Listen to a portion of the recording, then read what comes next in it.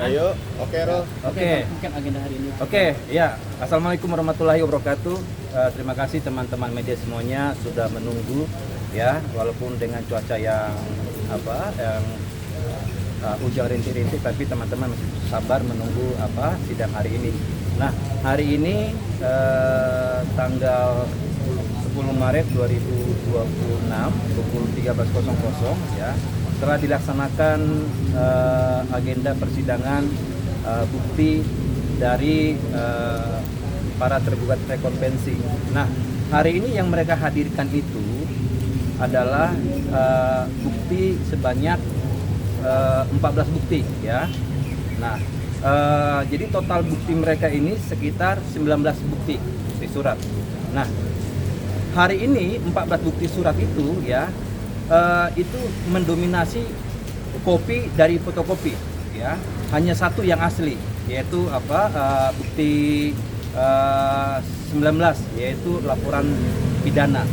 Nah, oke, nah sama putusan juga ya. Nah, sama seperti minggu kemarin kami sudah sampaikan bahwa mereka ini hanya copy paste dari putusan 362, 363 Pengadilan Negeri Jakarta Selatan dan putusan ya nomor 55 sama nomor 255 dan 256. Jadi putusan itulah yang mereka hadirkan sebagai bukti untuk pembuktian surat hari ini. Nah, apa tanggapan kami? Tanggapan kami begini, kan kemarin kami sudah sampaikan bahwa kalau itu yang mau dilahirkan ya, kami sudah sampaikan itu prematur. Kenapa prematur? Karena satu ya, belum ada ya putusan yang berkekuatan hukum tetap.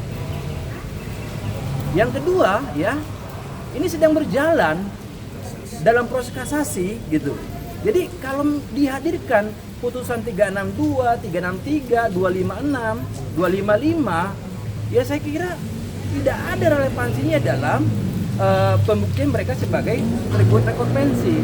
Makanya saya sampaikan, ya kami sampaikan, ini prematur, ya masih terlalu dini. Karena apa? Tadi satu, belum ada putusan ingkrah.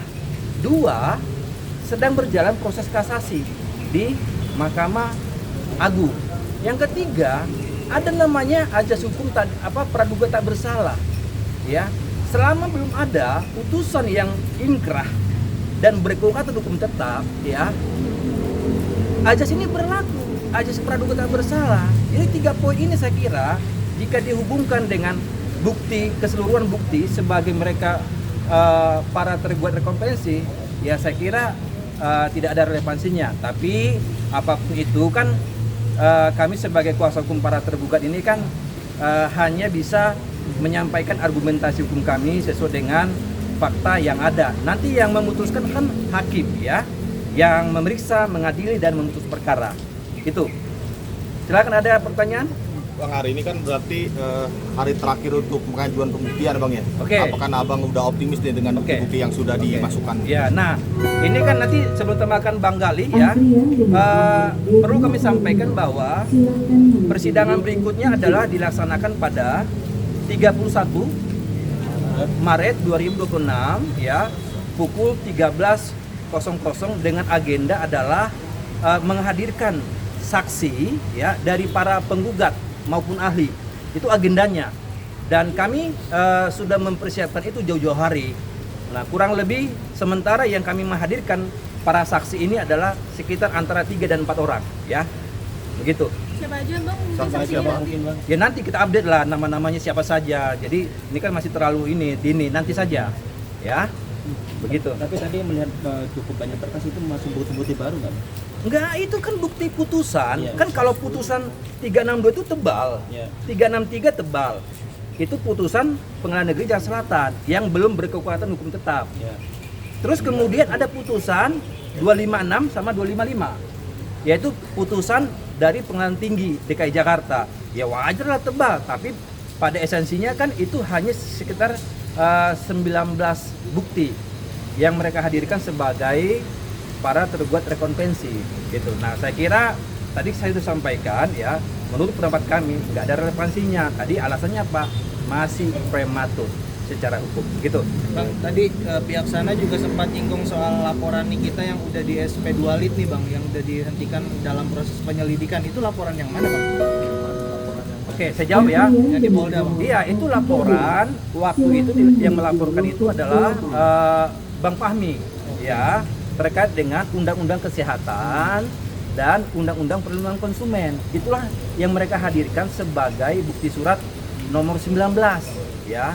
Nah, kalau kita mau bicara terkait dengan proses pidana yang sedang sidik itu perkara illegal access, sedang berproses naik sidik itu. Jadi kalau mereka mendalilkan orang putusannya aja belum berkekuatan hukum tetap, maka saya bilang mereka hadirkan semua daftar bukti hari ini itu prematur, nggak ada relevansinya sebagai mereka menyatakan sebagai mengalami kerugian. Makanya mereka dalilkan di dalam gugatan rekompensi itu ya. Kasus yang illegal akses terlapornya siapa Bang? Silakan Bang Gali. Oke, Assalamualaikum warahmatullahi wabarakatuh. Izin saya menambahkan ya, saya pertegas lagi terkait tadi adanya SP2 Lit ya. Memang sebelumnya kan ada laporan itu 15. Cuman itu kan sempat tidak berjalan dan kita bikin ada laporan kembali dan sekarang masih berjalan di Polda. Sebelumnya di Polri, ini Polda, dan sekarang masih dalam proses penyelidikan. Dan terakhir itu adalah pemanggilan daripada saksi karyawan daripada PT Glapisa sendiri. Nah itu nanti akan dijadwalkan. Update tadi saya dengar sendiri dari penyidiknya adalah setelah Lebaran nanti dipanggil kembali untuk saksi daripada PT Glapisa. Nah, itu untuk perlindungan konsumen dan undang-undang kesehatan. Nah kalau yang lama kan itu sudah berlalu, berarti yang diupdate sama mereka itu yang lalu, bukan yang sekarang ya. Terkait illegal akses masih berjalan sampai dengan saat ini. Jadi intinya sudah naik juga penyidikan. Jadi tidak ada yang tidak berjalan, intinya sedang berjalan. Ya, saya luruskan ya. Itu dilaporinnya kapan Bang? Kenapa? Yang soal undang-undang kesehatan itu dilaporinnya kapan? Pada saat sidang pertama berlangsung sekitar bulan Juli Agustusan. Nah itu udah dilaporkan. Sekarang kan lagi mencari saksi-saksi ya. Dan terakhir saya diupdate itu adalah saksi daripada karyawan PT Glapisa sendiri yang harusnya dijadwalkan sebelum Lebaran ini, tapi dapat konfirmasi, saya dapat kabar nanti diperiksanya setelah Lebaran. Oke, ada lagi? Ada lagi? Yang soal Iya. ini Bang, kan udah naik sidik. Iya, tapi- sedang berproses. Iya, sedang tapi maksudnya dari pihak sana bilang belum ada panggilan. Ya tunggu apapun saja, itu kan kewenangan penyidik ya kan, kita tunggu sabar ya. Kalau mereka nggak sabar ya bagaimana, itu kan kewenangan penyidik. Kita tunggu proses hukum yang berjalan sesuai dengan hukum acara yang berlaku, itu saja. Nah terus kemudian minggu yang lalu saya sudah sampaikan ya, dalam gugatan rekompensi mereka ini ya, mereka itu menyampaikan dalam bukti surat Reja Galis ini sebagai tergugat rekompensi 1 ini ya, dia bukan sebagai owner, dia bukan sebagai direktur, dia bukan sebagai pemilik saham, tapi dia sebagai karyawan yang memiliki penghasilan sebanyak 6,7 miliar per bulan. Rasionalitasnya di mana? Apa maksud dan tujuan ini? Biar mereka yang tahu, dan proses hukum yang ini yang akan menemukannya apa tujuannya, sehingga Reja Gladys dalam perkara 1000 ini dinyatakan sebagai karyawan. Bukan owner Tapi Bang? Bukan owner. bukan direktur, fix karyawan. Tapi kuasa hukumnya menyampaikan di dalam bukti itu adalah ada penghasilan dia sebanyak kurang lebih 6,7 miliar per bulan. Bombastis nih ya. Jadi saya kira kalau ada karyawan dokter punya penghasilan 6,7 miliar, ini irasional ya. Jadi nggak masuk akal gitu ya. Karena ada implikasi hukum di belakangnya nanti.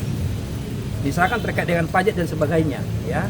Tapi apapun itu haknya sebagai individu, kalau dia menyatakan sebagai karyawan, silakan saja. Tapi kami mau tegaskan, kan seluruh masyarakat tahu bahwa Reja Galis ini kan adalah owner, ya kan. Bahkan membangun komunikasi ya antara Reza Gleason dengan Ismail Marzuki kan dia tidak menyatakan sebagai karyawan. Bahkan dia melakukan pembayaran dengan skema 2 kali pembayaran itu bukan sebagai karyawan. Tapi di dalam pembuktian mereka sebagai para tergugat rekonvensi ini, kenapa muncul sebagai karyawan? Ada tanda tanya besar. Itu ya. Oke, cukuplah ya.